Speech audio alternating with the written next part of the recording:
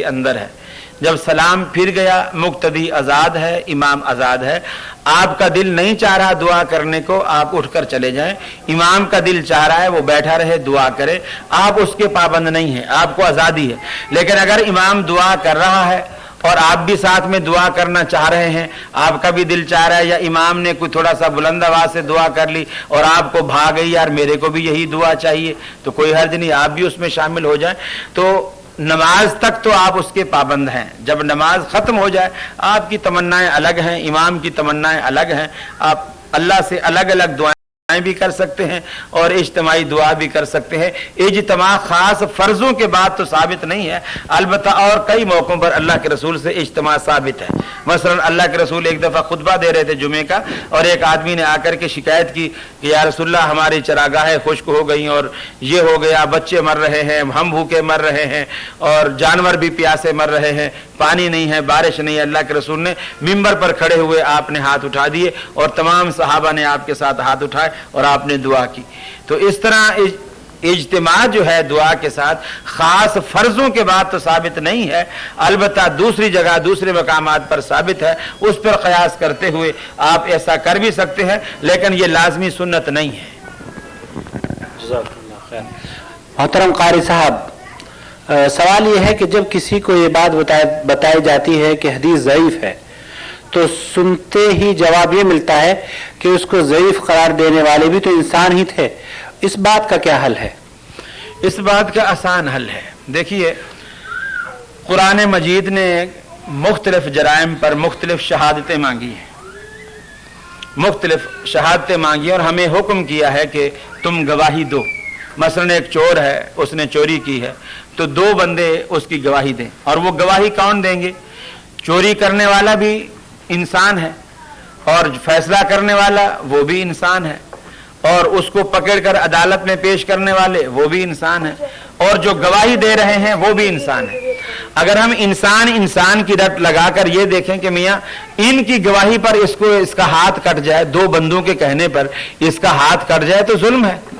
अब अगर वो जो गवाह हैं वो झूठ बोलते हैं, झूठी गवाही दे रहे हैं, तो जज का फर्ज ये है उन गवाहों की गवाही पर अमल करते हुए उस चोर को चोर माने और उसको सजा दे। बेशक जज का भी ये जहन कह रहा हो कि यार ये शख्स चोर नहीं हो सकता, लेकिन जब दो बंदे कह रहे हैं, आदिल हैं, मुसलमान हैं, आकिल हैं, बालिग हैं, वो ये गवाही दे रहे हैं कि हमने अपनी आंखों से देखा है इसने चोरी की है, तो जज का ये फर्ज है वो उसको सजा दे। तो ये जो रिवायत का जो सिलसिला है, रावियों का जो सिलसिला है, ये जो कड़ियां हैं, ये शहादतें हैं, ये गवाहियां हैं, ये शहादतें हैं, और इस्लाम ने, कुरान ने शहादत के इस वजूद को तस्लीम किया है। ये कहना कि वो भी इंसान है, तो फिर मिसाल के तौर पर मैं आपसे पूछता हूं, आपको किसने कहा है कि फलां साहब आपके वालिद हैं? किसने कहा है? आपको किसने बताया है कि जिस शख्स को आज आप अपने कागजात में, अपने पासपोर्ट में, अपने शनाख्ती कार्ड में एक शख्स को अपने वालिद लिखते हैं, ये मेरा वालिद है, तारुफ करवाते हैं ये मेरे वालिद हैं, शनाख्ती कार्ड में लिखते हैं ये मेरे वालिद हैं, हर तरह से आप उसे अपना वालिद तस्लीम करते हैं, आपके पास क्या शहादत, क्या गवाही, क्या दलील है कि एक शख्स को आपने उम्र भर के लिए अपना बाप मान लिया? क्या सबूत है आपके पास? एक अकली सवाल है, क्या होना चाहिए, इसका सबूत क्या है? एक औरत की गवाही, जिसको हम मां कहते हैं, उसने कहा बेटा ये तुम्हारा बाप है, बस एक औरत की गवाही। और अगर हमारी पैदाइश के बाद हमारी वालदा भी फौत हो गई, तो फिर हमने किसके कहने पर बाप माना? मोहल्ले वालों के कहने पर। तो मेरे भाइयों, मोहल्ले वालों के कहने पर एक आदमी को आप बाप मान सकते हैं, और गवाहों के कहने पर अल्लाह के रसूल की हदीस को तस्लीम नहीं किया जा सकता। जज़ाकुमुल्लाह खैर, अल्लाह आपके इल्म में इजाफा फरमाए। शेख, बहुत सी किताबों में वित्र की दुआ के बारे में इख्तलाफ पाया जाता है कि दुआ रुकू से पहले की जाए या बाद में। शाफी जवाब इनायत फरमा दीजिए। मोहम्मद अमीन रुकू से पहले भी जिक्र मिलता है हदीसों में, रुकू के बाद भी मिलता है। वैसे रुकू से बाद जो है अमूमन ये जो कुनूत नाज़िला है इसका जिक्र कसरत से मिलता है। वैसे दोनों ही साबित हैं हदीस से, रुकू से पहले भी, रुकू के बाद भी। अलबत्ता उसमें हाथ उठाना कुनूत नाज़िला में साबित है, कुनूत वित्र में साबित नहीं है। جزاکم اللہ خیر. یہ آخری سوال ہے چونکہ وقت ہو گیا ہے اور 11:30 بجے تک میرے خیال سے آپ لوگوں نے ٹائم لیا تھا. اچھا ماجد بہرحال 11:30 بجے کا کہہ رہا تھا. المہم عبداللہ مسلم کے بارے میں بتائیں کہ وہ کہاں ہیں آج کل. اس لیے کہ میرا تو فون نمبر ان کے پاس ہے, ان کا کوئی نمبر میرے پاس نہیں ہے. وہ رابطہ کرے تو ہو سکتا ہے, میں رابطہ نہیں کر سکتا. ہم نے کراچی میں یہ سنا تھا کہ اس پر کچھ تشدد ہوا اور وہ وہاں سے پنجاب چلے گئے, پھر میں نے سنا کہ وہاں سے سعودیہ چلے گئے, لیکن واللہ عالم مجھے اس کے بعد کچھ معلوم نہیں کہ وہ اس وقت کہاں ہیں, حتیٰ کہ یہ بھی معلوم نہیں کہ وہ زندہ بھی ہیں کہ نہیں. جزاکم اللہ خیر. وہ تو میرا خیال ہے آپ کے یہاں سے کتابیں بھی شائع ہو چکی ہیں اور اس کی کیسٹیں بھی ریلیز ہو چکی ہیں شاید, تو اس میں وضاحت آ چکی ہے. جزاکم اللہ خیر. یہ عبداللہ جس کے بارے میں کسی نے سوال کیا ہے, یہ پاکستان کے بہت بڑے پادری کا بیٹا تھا جس نے کراچی کے اندر مختلف جماعتوں سے رجوع کیا, تبلیغی جماعت, بریلوی جماعت, دیوبندی جماعت اور دوسری جماعتیں, اور ان تمام جماعتوں سے اسے کوئی ایسا جواب نہیں ملا اسلام کے بارے میں جس سے کہ وہ اطمینان اس کو ہو جائے اور وہ مسلمان ہو جائے. اللہ کے فضل و کرم سے اللہ رب العالمین نے اس کو ہدایت دینی تھی. کسی نے غالباً اسے شیخ کا راستہ بتا دیا اور شیخ کے پاس آیا وہ شخص اور شیخ سے سوال و جواب کیے کہ اسلام کیا ہے, قرآن اور حدیث میں تعلیمات کیا ہیں, اور الحمدللہ اللہ کے فضل و کرم سے وہ مسلمان ہوا اور شیخی کے ہاتھوں پر اس نے کلمہ پڑھا. اللہ رب العالمین سے دعا کیجئے کہ اللہ رب العالمین اس کام کو شیخ کی حسنات میں اضافے کا ذریعہ بنائے. چونکہ شیعہ حضرات شرک میں مبتلا ہیں, اس شخص کی کیسٹیں بھی موجود ہیں عبداللہ پیٹر کی, اور سلیب ٹوٹ گئی, اور ایک ہے کلیسا سے ممبر تک کا سفر, اور سعودی عرب میں تو اس کی جو کتاب ہے وہ تقریباً 20-25 ہزار کی تعداد میں تقسیم ہو چکی ہے ریاض سے, اور سلیب ٹوٹ گئی کے عنوان سے. چونکہ شیعہ حضرات شرک میں مبتلا ہیں اور شرک کا مسجد الحرام میں داخلہ منع ہے, تو پھر شیعہ حضرات مسجد الحرام میں کیسے داخل ہوتے ہیں؟ یہ تو سوال میرا خیال ہے سعودی گورنمنٹ سے کرنا چاہیے, میرا تو دائرہ اختیار یہاں نہیں ہے. جہاں تک مسئلے کی بات ہے تو مسئلے کے لیے شاید جواز کی ایک صورت بنتی ہے کہ جی یہ کلمہ پڑھتے ہیں, شاید یہی ایک صورت ہو, باقی یہ سوال خالصتاً گورنمنٹ کا ہے. جزاکم اللہ خیر. اس سلسلے میں تو بہرحال یہ کہ اگر شیعوں کو آپ کہیں گے تو اور بھی تو بہت سارے بھائی ہیں آپ کے.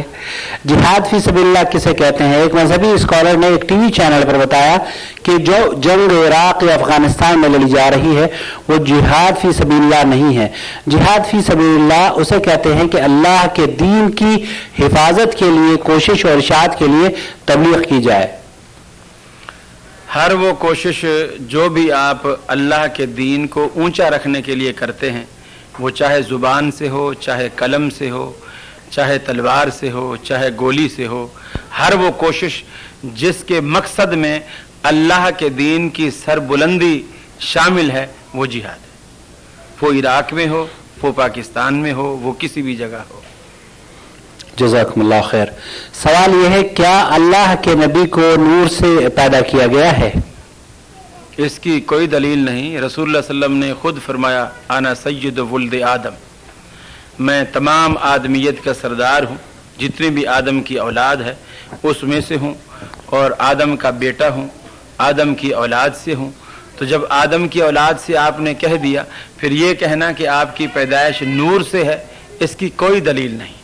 رسول اللہ صلی اللہ علیہ وسلم نے بھی کہا, اور قرآن مجید میں ایسے بے شمار شواہد ملتے ہیں. اللہ کے رسول نے خود کہلوایا گیا, اللہ نے کہلوایا قل سبحان ربی هل کنت الا بشر رسولا, کہہ دیجئے کہ میرا رب پاک ہے اور میں تو بشر رسول ہوں.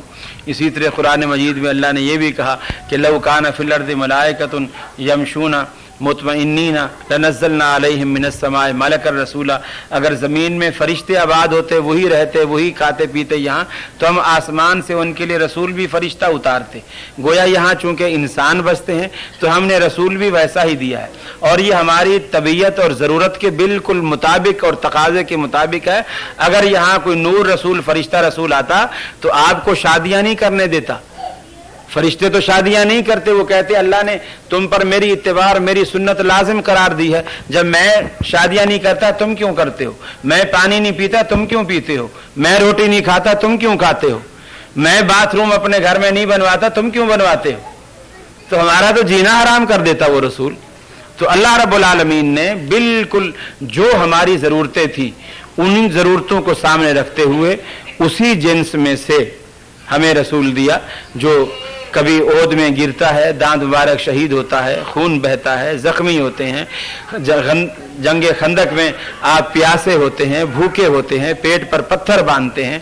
वो तमाम इंसानी लवाज़िमात जो हैं आपके साथ उसी तरह वाबस्ता थे जिस तरह कि आप इंसान के साथ होते हैं। लेकिन एक मनसब का, मकाम का, मर्तबे का दुनिया में कोई उनका सानी नहीं। जज़ाकुमुल्लाह खैर। अल्लाह के नबी महराज पर जाते वक्त चांद पर भी गए और अपने हाथ से चांद के 2 टुकड़े किए। किताब और सुन्नत की रोशनी में है, क्या ये सही है? ये बात गलत है। मेराज के वाक़े के साथ चांद के 2 टुकड़े का और चांद पर जाने का कोई जिक्र नहीं है। ये बिल्कुल ऐसी मनगढ़ंत बात है। चांद के जो 2 टुकड़े होने की बात वो अलग है, वो उस वाक़या मेराज के साथ उसका कोई ताल्लुक नहीं कि मेराज पे गए तो आसमानों पे गए और फिर चांद पर भी गए, ऐसा कुछ नहीं। जज़ाकुमुल्लाह खैर। अगर बच्चा पैदा होते ही फौत हो जाए तो क्या कोई बरकत का दुरूद है? ऐसा तो दरूद कोई नहीं बरकत के लिए। अलबत्ता ऐसे मौके पर रसूलुल्लाह सल्लल्लाहु अलैहि वसल्लम ने एक दुआ बतलाई। हज़रत उम्मे सलमा रज़ियल्लाहु ताला अन्हा से मिलता है, जब अबू सलमा फौत हुए तो फरमाती हैं कि मैंने अल्लाह तबारक व तआला के रसूल की एक दुआ मुझे याद थी कि आपने फरमाया था अल्लाहुम्मा